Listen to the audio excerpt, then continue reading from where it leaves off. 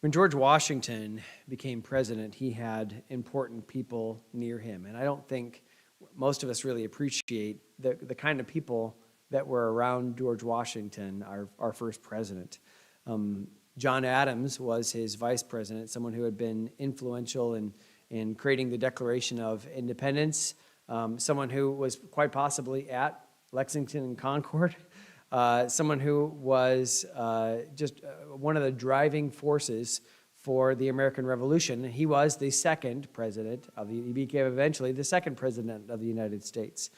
His Secretary of State was Thomas Jefferson. Again, the man that wrote the Declaration of Independence, one who had helped secure France to help us in the American Revolutionary War, and someone who became the third president of the United States.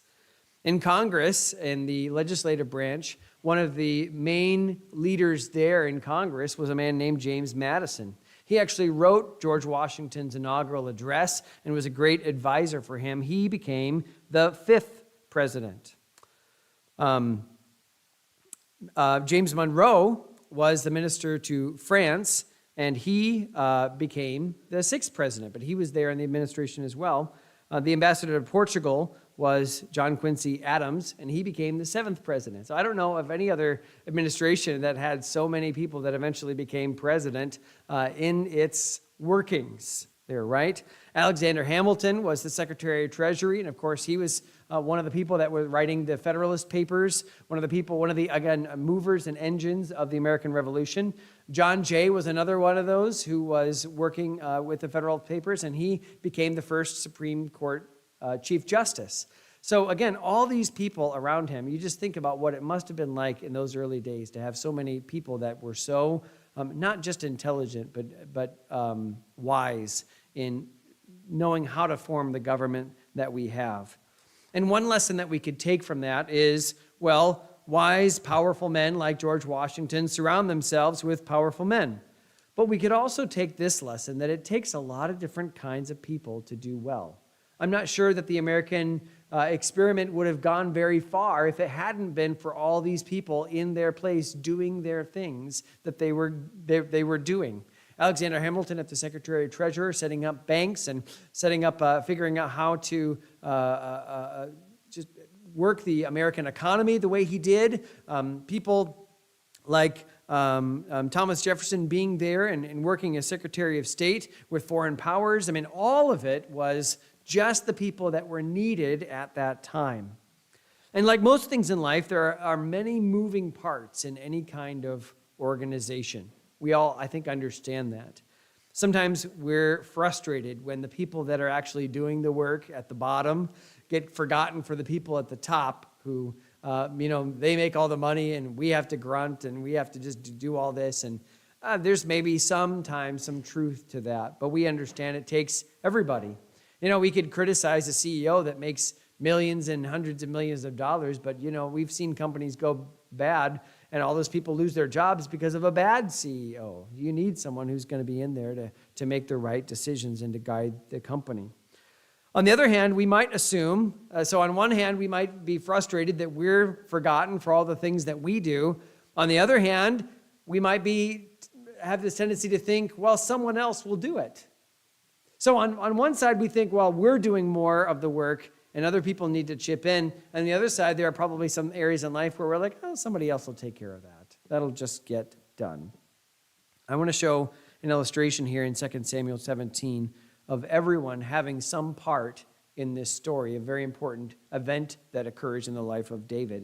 It's often forgotten. It's not really thought of, but hopefully I can shed some light on it and show you the weight that happens here in this story, a fulcrum of David's life and administration. In 2 Samuel chapter 17, David is on the run from his son Absalom. His son Absalom has organized people around him, has marched on Jerusalem. David, wanting to spare the city, has left. He's gone east out of the city into the wilderness of Judea, and now Absalom is in the kingdom. And David's friend and advisor Ahithophel has betrayed him, but Hushai, his friend, is there sort of acting a little bit as a spoil, or at the very least a foil to Ahithophel's advice. And so we have kind of this tension mounting where Absalom is in the kingdom and he's got all the resources, he's got people behind him, and Hushai has advised him to wait in order to get all the people of Israel gathered and then all together go out and get David, kill him, and then Absalom's kingdom can be firmly established. Because right now it kind of feels like there's two kings. There needs to be kind of this, tension broken.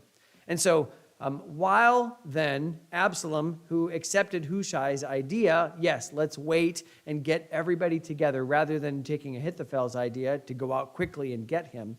While they're waiting, Hushai now needs to get word to David. Here's what happened. Here's what I said. Here's about how much time you have, and here's my advice to you.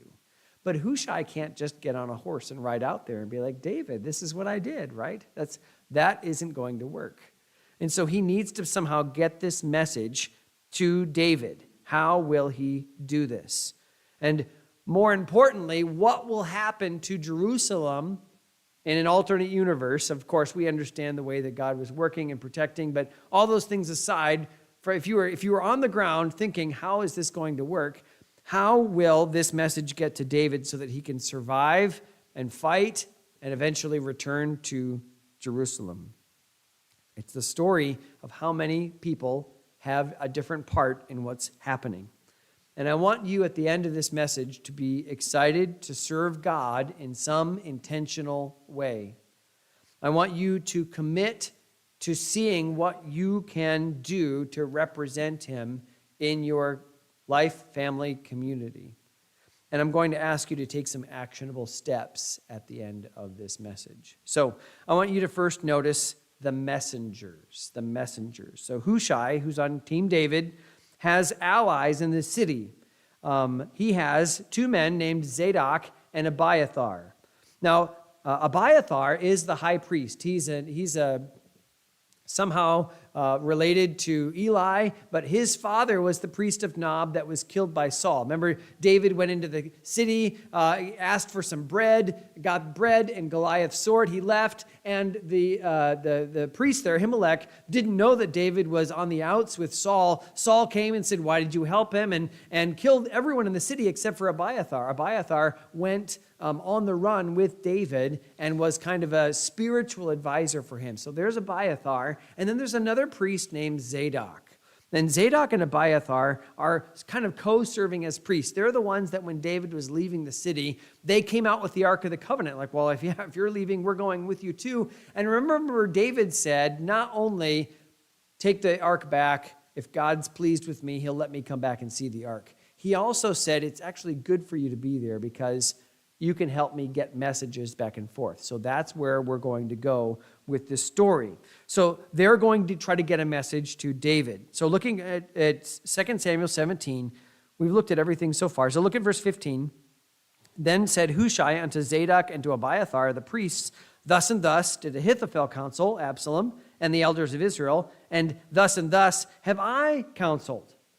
So the thus and thus, that's the plan. He doesn't say thus and thus. He's filling in the plan. The Bible's just kind of, for brevity's sake, saying what he said. Anyway, so now, verse 16. Therefore, send quickly and tell David, saying, lodge not this night in the plains of the wilderness, but speedily pass over, lest the king be swallowed up and all the people that are with him. All right, so here's what happened.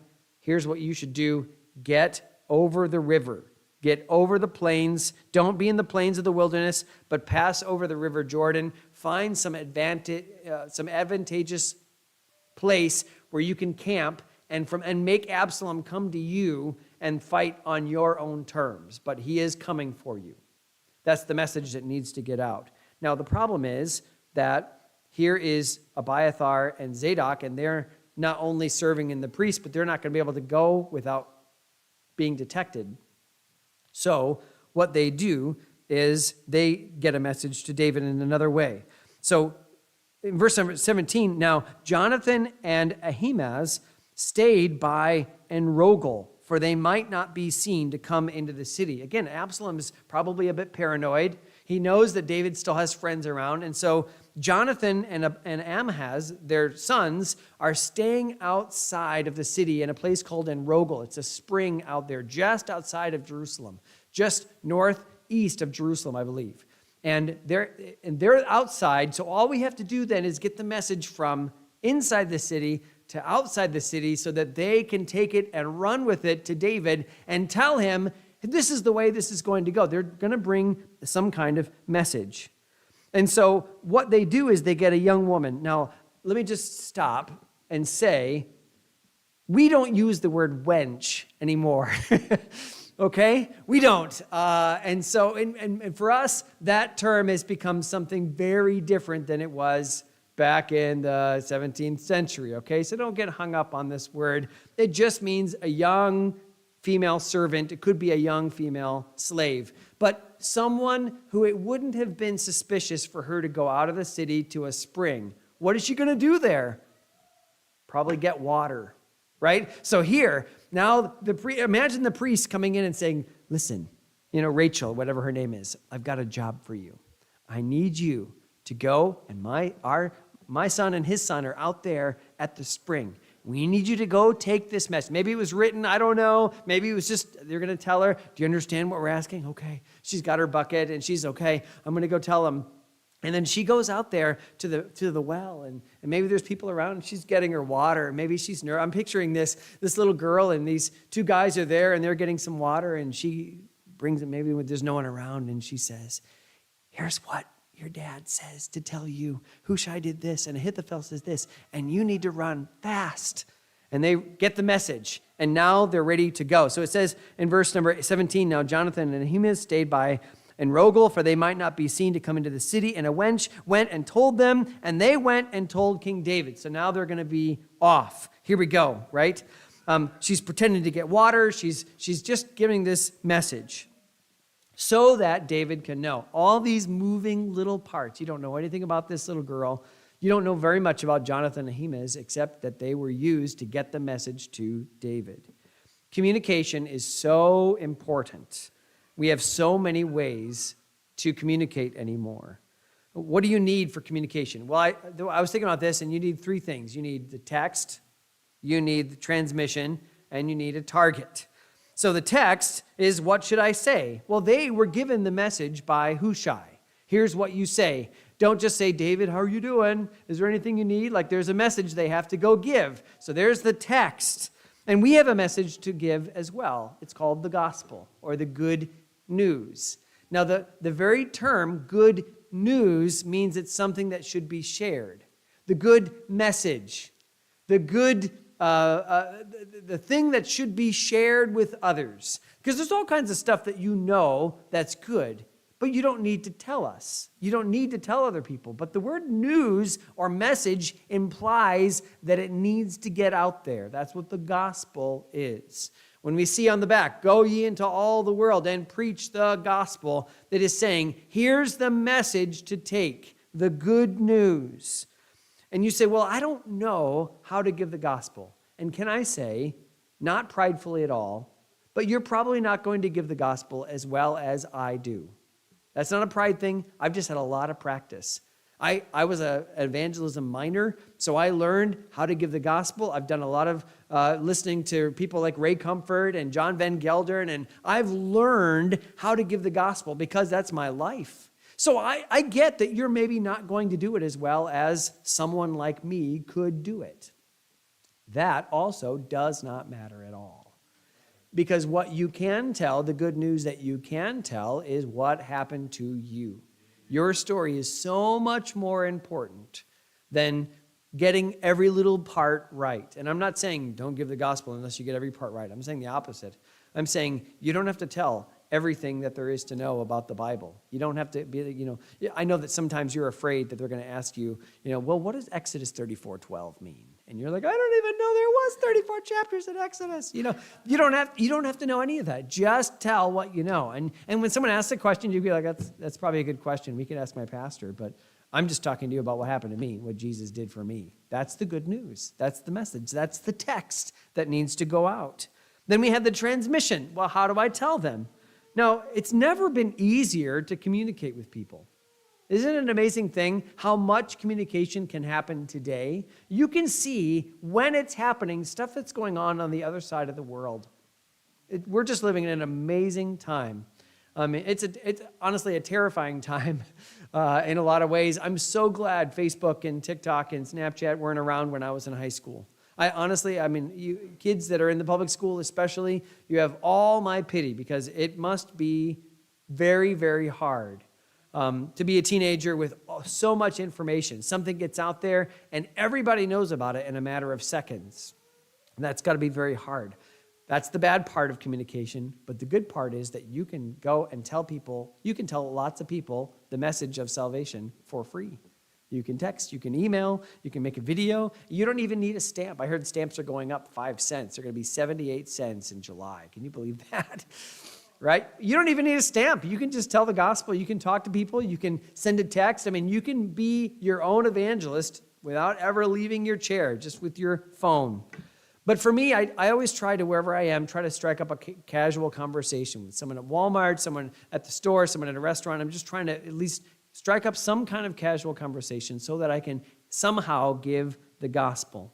And one of the things you can do is to give a little gospel tract. All right, I don't really have time to talk to this person. They're not really interested in having a conversation, but I can at least give them the message, the text. And I can do that by the transmission or the means of doing it by giving them a tract. Now the target, right? So any communication needs text, the message, you need the means, the transmission, and then also the target. So who needs to hear? In this case, it's David, right? The woman isn't just saying, tell everybody. No, there's one person that needs to know this message of what's going to happen, and that's David. So they're going to go. In our case, it's anyone who needs to hear the gospel. And there are lots of people that need to hear the gospel. Can we stop assuming, I'm sure they've heard it somewhere. I'm sure that there is other means for them to hear it. Yeah, there is. There's Christian radio. There's all kinds of resources. We sell Christian books at Walmart. They can go and get a Bible if they want. Here's the thing. It doesn't mean as much unless it comes from you. Someone who cares about them, someone who can tailor that message in a way that matters. So the message is important, but the messenger is important, and the target is important. The target is who needs to hear. 1 Thessalonians chapter 1, verses 8 and 9, Paul commends the Thessalonians because when they got saved, everybody found out too. He says this, For from you sounded out the word of the Lord, not only in Macedonia and Achaia, but also in every place your faith to God-ward is spread abroad, so that we need not speak anything. For they themselves show of us what manner of entering in we had unto you, and how ye turned to God from idols to serve the living and true God. They were so on fire that everybody in the whole region knew something special has happened at Thessalonica. So what motivated them? What motivated Jonathan and Nehemiah to go?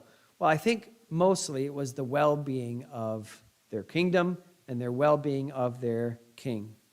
So let me ask you, do you care enough to be the messenger to a dying world? Every day people are going into eternity. And you can reach people that no one else can. And maybe you can't reach everybody, but you can reach somebody. You can do something. Do you care enough to be a messenger? Listen, if David doesn't hear this message, he's going to be in real trouble. If he doesn't hear that he needs to move his company and his army across the river, he's going to be in real trouble. He's going to face a judgment. And the same thing is true for the people that are around us as well. There's a day coming where they will give an account to God for what they have done with their lives, what they've said, how they have related to God. And if not through Jesus Christ, then only they have their own sins as a veneer between them and God. And it's important for us. So can I offer you a challenge? So back on the back, Terry keeps these well-stocked, the tract rack back there. Right by my office, there's the big window, and then right off to the left. Maybe you've never even noticed it, but can I encourage you to notice it? These are gospel tracts. We have some that have little cartoons on them, some that are in booklet form. I like to give God's Bridge, but this one is called I've Got My Own Religion. And so for someone you're talking to and they say, I'm not really interested, I've got my own religion, you're like, actually, I have a little thing. I just wondered if you would read this. And it would be as simple as this. To be able to, you're at a restaurant, you just leave it with a generous tip. You're at the gas station, you're at Holiday, you're checking out, and there's not a long line of people behind you, so you can say, hey, I wonder if when you get a minute, when you're on a break or something, could you read this? Someone's out on their smoke break, and you know what people do on their smoke break? They're kind of wishing that there was something else to do. They wish that there was someone else with them, or that there's something to read. And I've gone up to people and just be like, hey, while you're taking your break, you want to read this? And most people, let's say 95% of people are like, thanks. And 4.5% of people are like, okay. And I've had very few people that are like, no thanks. But at least they say thanks. Like, this is a very, very easy thing to do. Can I give you a challenge? Here's the challenge. I would love for everyone in this church to give out 10 tracts this summer. It's 100 days, one every 10 days. Give out 10 tracts. Challenge yourself. Say, I'm going to give this out. Now, again, be wise about it. I know that you have all these things in your head. Oh, no, just give out 10 tracts this summer. A neighbor, someone that you know, someone that you don't know, 10 of them this summer. Now, one of the best places to do that is at the fair. When we have mid-July, the county fair, you could knock out 10 in an hour if you want to just stand there and I've gotten my 10. I think that's a wonderful thing. Or you can come door to door with us this summer. In a couple weeks here, we're going to start that up on Wednesdays. And basically, we go knock on someone's door. Hey, we're just inviting people to church. And you just hand it to them. And if they say, oh, I've got my church, you can say, oh, that's great, thank you.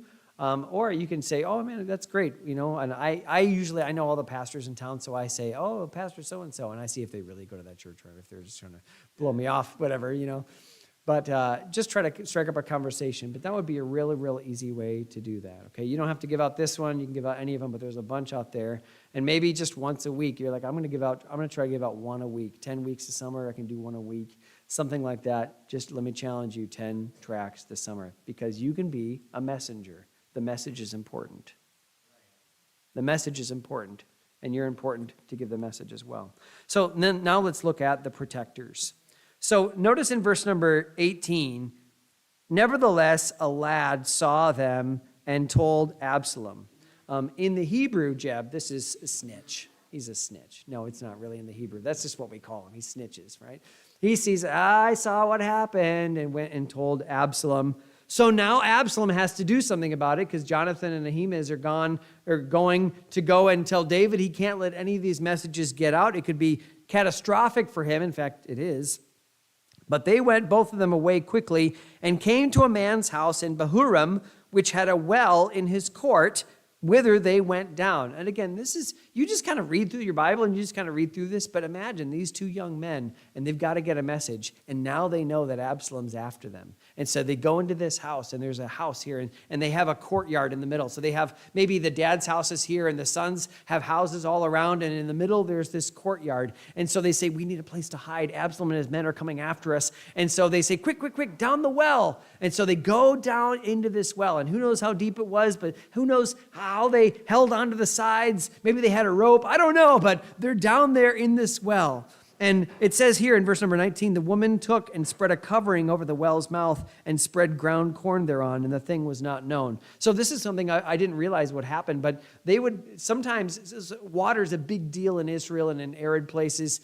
So sometimes what they would do, so they didn't let other people know that they had a well, so that you wouldn't come asking them, they would kind of just put some kind of cover over it, and then they would have things over it there. So this woman puts this cover on this well, and maybe puts a cloth or a tent or something over it, and then puts corn on it to make it look like she's sifting up the corn, so that you wouldn't even know a well was there. So all of a sudden, Absalom's soldiers come in, and they're looking for these two young men, these two spies, and they're down there in the well, listening to all of this. And when Absalom's servants came to the woman to the house, they said, where is Ahimaaz and Jonathan? And the woman said unto them, they be gone over the brook of water. And when they had sought and could not find them, they returned to Jerusalem. And it came to pass after they were departed that they came up out of the well and went and told King David and said unto David, arise and pass quickly over the water, for thus hath Ahithophel counseled against you. Then David arose and all the people that were with him, and they passed over Jordan. By the morning light, there lacked not one of them that was not gone over Jordan. So it works. She makes up a story. She has protection. She makes up a story, and then they're eventually gone. She's this wonderful protector, but the story doesn't happen. David doesn't find out without this woman's protection, without this woman's help. Get down in the well. Cover it up. put the corn over it. Make it so that no one knows what's going on. And Absalom's servants, they're maybe thinking, well, we got to get going. We got to find them. They look, and there's corn everywhere. They're not here. They're not going to search every house. And so they just go.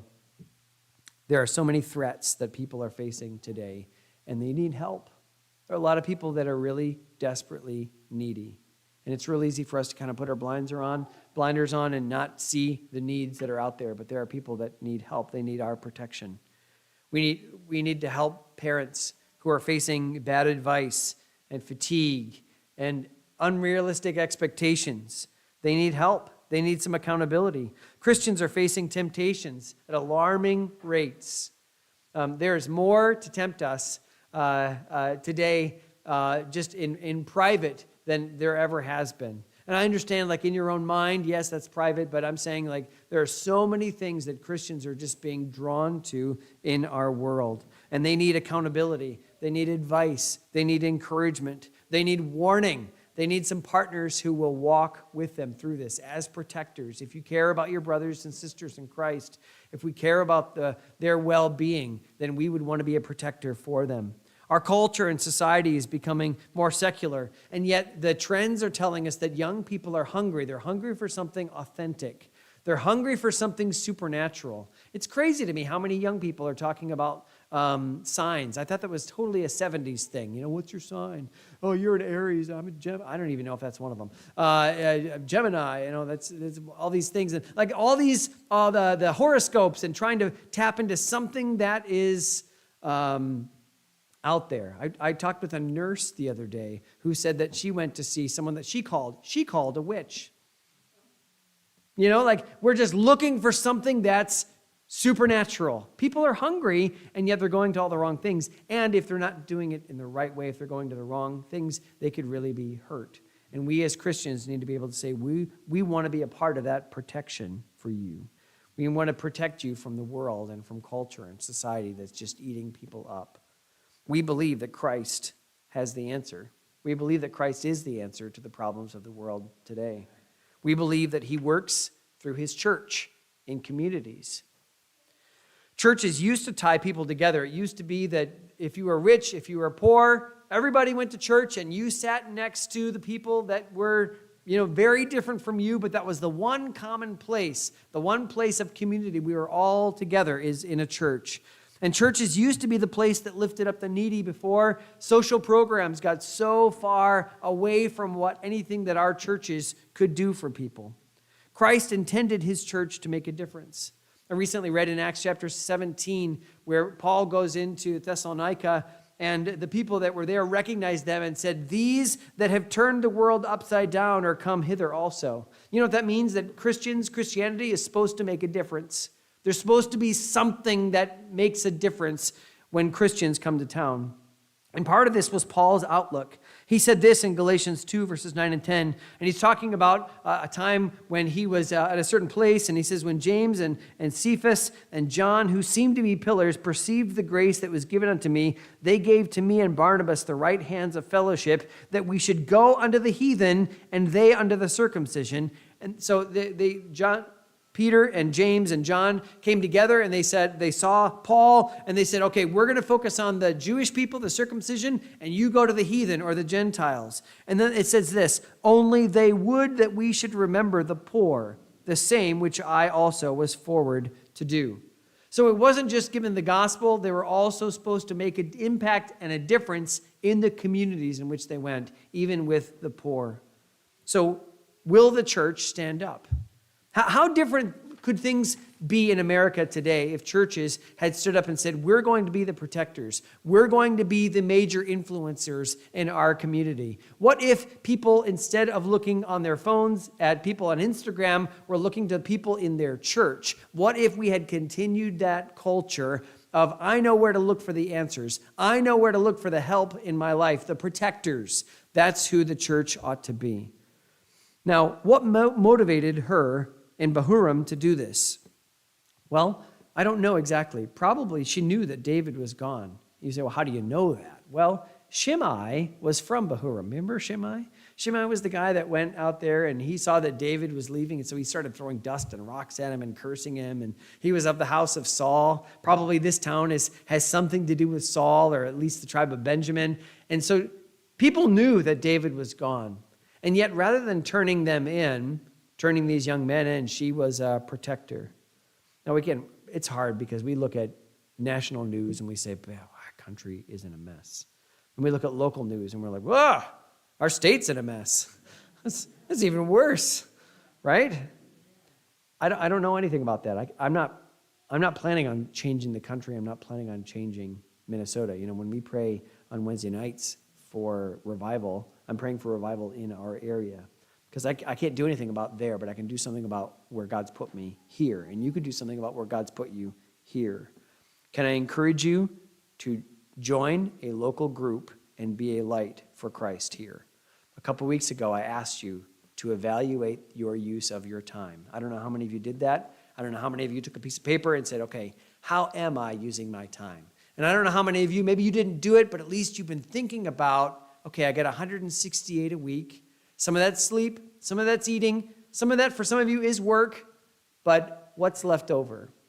Do you have time to get involved in the community, to be influence? What did Jesus say? Salt and light in your community. I asked you to look at that and see how much time spent and see if there was any more time that could be spent. Now, I think that the number one place you can volunteer is the church, but can I be real honest? There's not a lot that we need volunteering for here.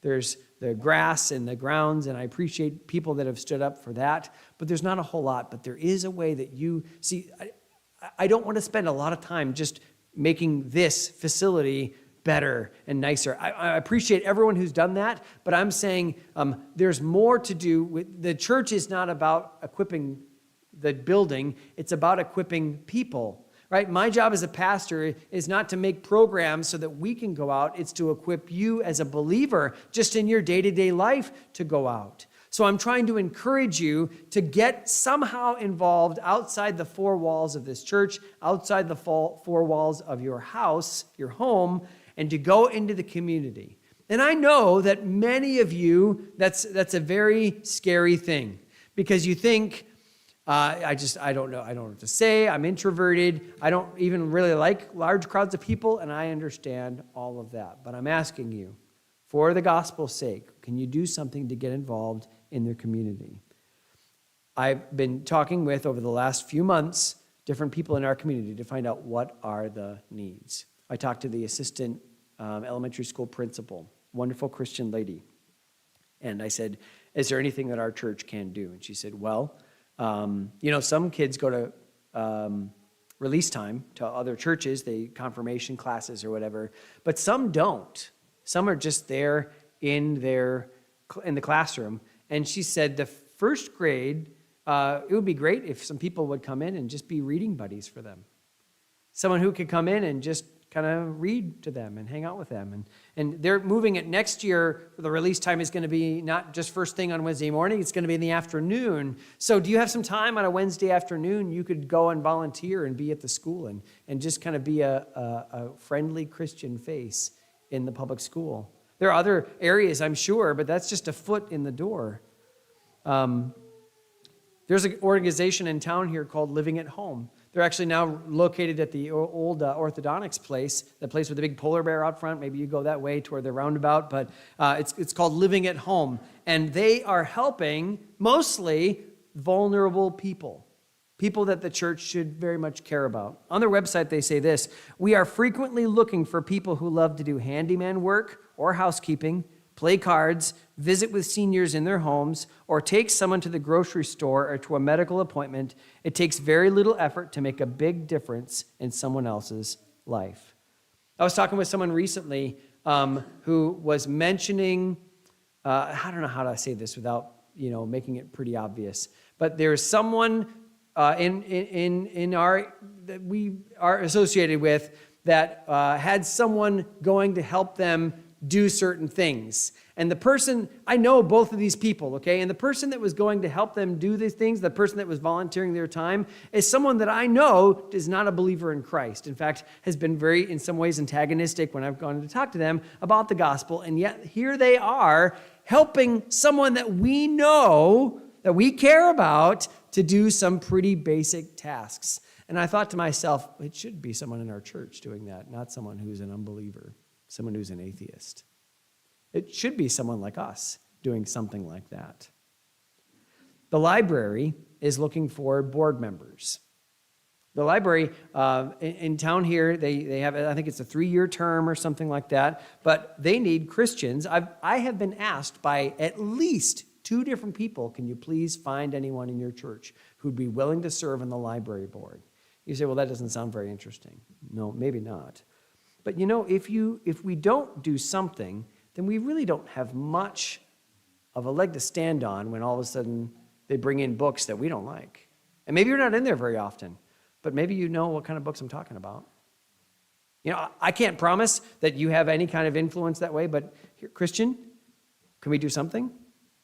Can you get on a library board to help maybe shape the way that goes? And when maybe somebody comes in with some idea about having drag queens read stories to kids in a library, you can be like, no, we're not going to do that.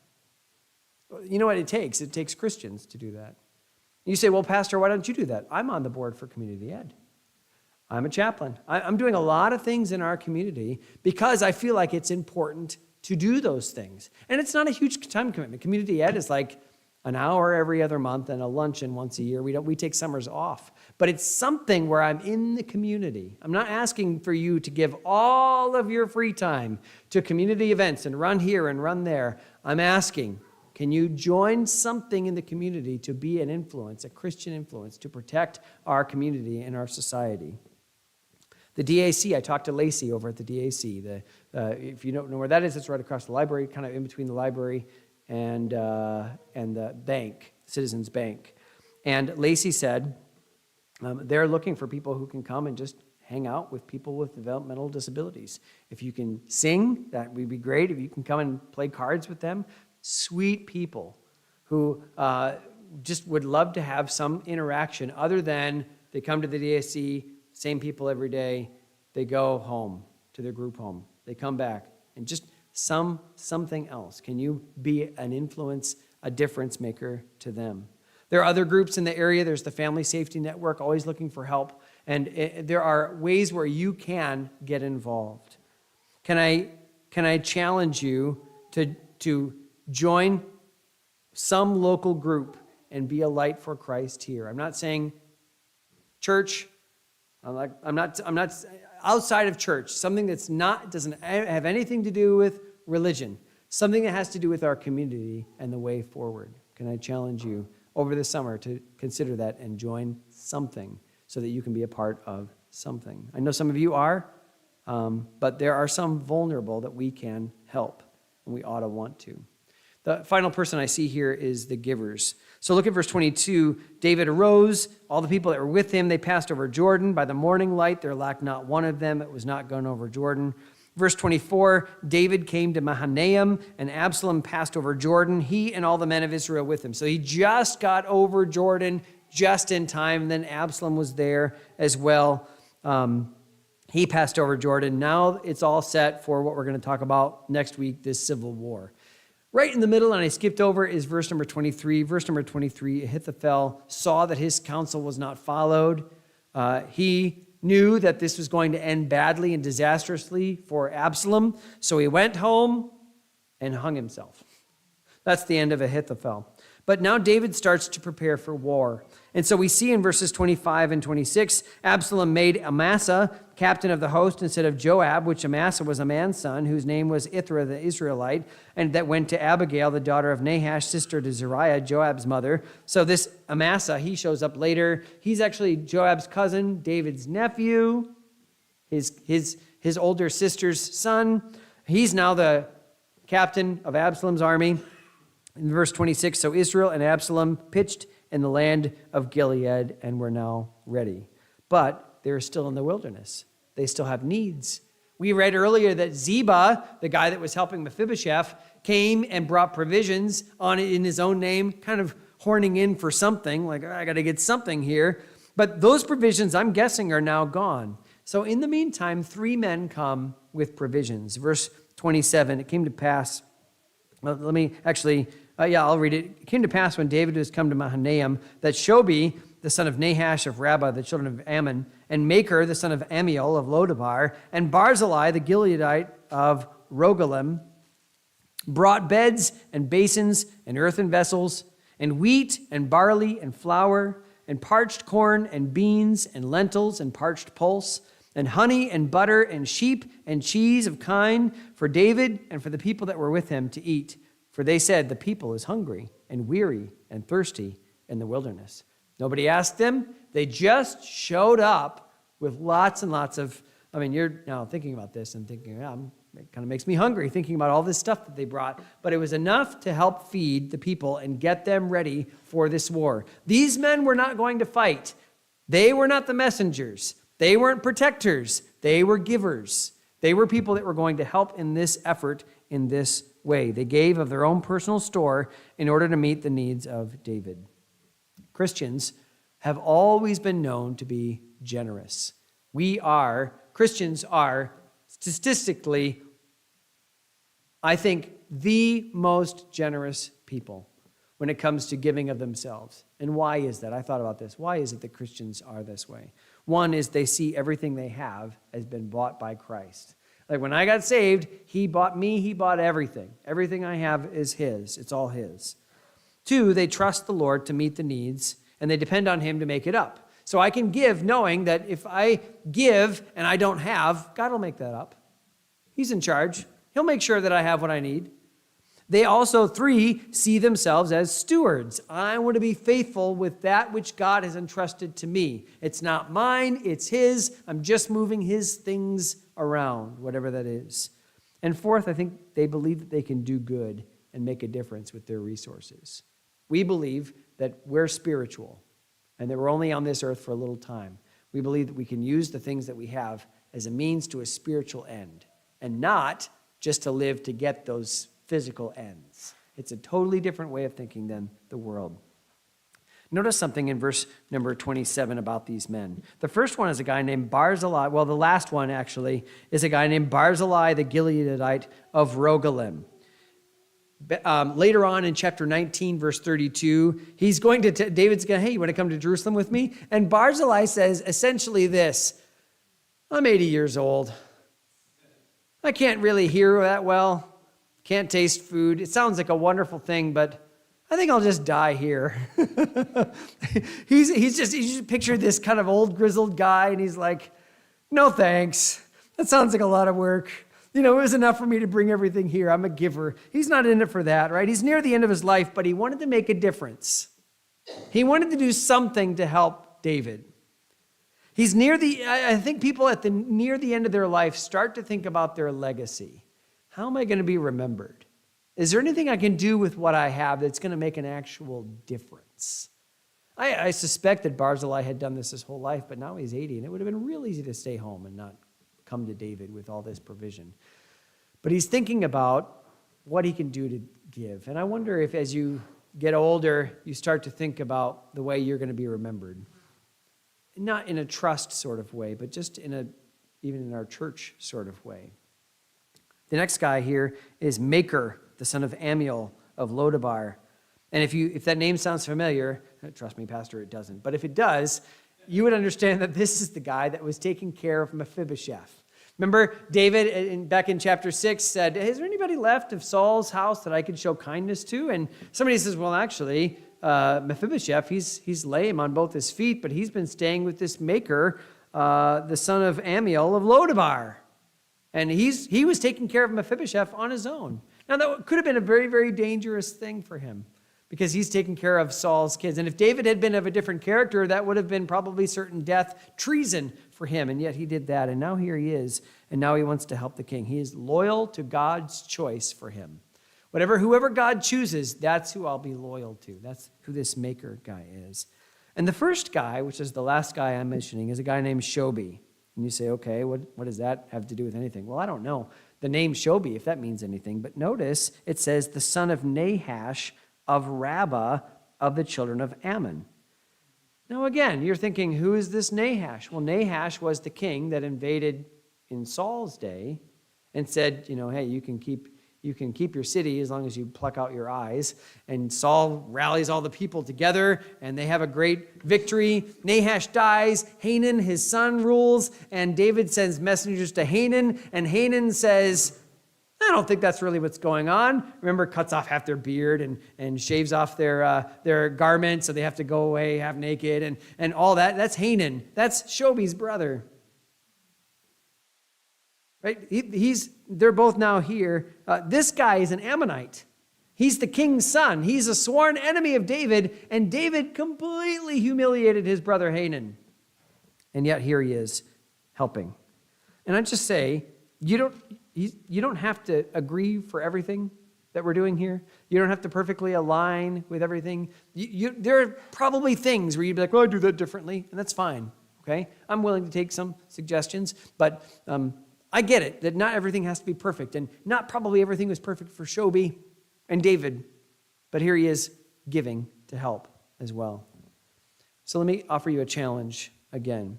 I am not asking for more than God wants you to give, okay? And quite honestly, we are doing just fine as a church, where I'm not asking you for more money. I'm not asking you for that, okay? But I will say this, missions giving has been wonderful.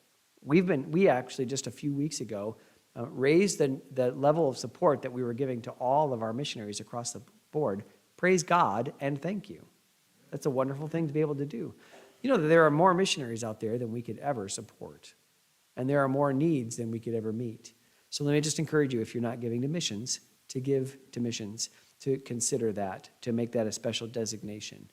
And we'd like to give a low offering to the Mansells next week. You can designate that. Next week, it'll be anything that goes on the plate will go for them and Jocelyn. And so looking forward to that. But I'm just saying, as a regular part of what you do, give to missions. But now talking about Park Rapids, I recently went into social services and talked to a man there who works there and said, listen, is there anything that our church can do? Maybe some of you know, maybe some of you don't, that about 1.5 years ago, we started providing backpacks for the social services. And what was in that was some toiletries and things that when a child is taken out of their home because of a dangerous situation, they don't have anything, then they would have something that was, they could take with them, that could be theirs. And it would have different things in it. And we provided those. And they haven't used very many of those, but they have some, and we're on standby. But I thought that was good, but it wasn't quite enough. So I went to talk to somebody, and I said, is there anything we can do? And one of the things he mentioned, he says, every once in a while, a social worker will just have a foster kid that's really struggling, and they need someone to go talk to. He's like, and you would think that with taxes being the way they are, he's honest, that we would have all kinds of money for that kind of thing, taking these kids out for a drink or for some fries or a burger or something. You'd think that we would have all the money for that, but we really don't. He's like, often that comes out of our pocket. He said, so that would be a way you guys could help maybe. And so just this week, I took them a whole stack of some gift cards to restaurants in the area. And just $10 gift cards, whatever, and I bought them from the church, but I said, here's something that hopefully will be used to help your social workers. And I didn't put our name on it or anything. I just said, but you know that we care about you and we're trying to help. And I wonder if maybe if the Lord would lead you to, you're at Burger King next time you're there, right? And your bill comes to, I don't even know, I got one burger at $17, whatever it is, what a crazy amount it is. And I know that everything is going up. But maybe you just say, hey, can I also get just a $10 gift card as well? And when the plate comes by, you can just put that in there and say, this is something I want to do, I want to give. And maybe you say, well, I don't like McDonald's or Burger King. Okay, fine. You can go to Dairy Queen, you can go to A&W, you can go to Walmart, honestly, and just get something that social services can use to help the foster kids in the area, just to say, hey, First Baptist Church cares about people, and we want to give this. Again, please don't hear me trying to put guilt on you.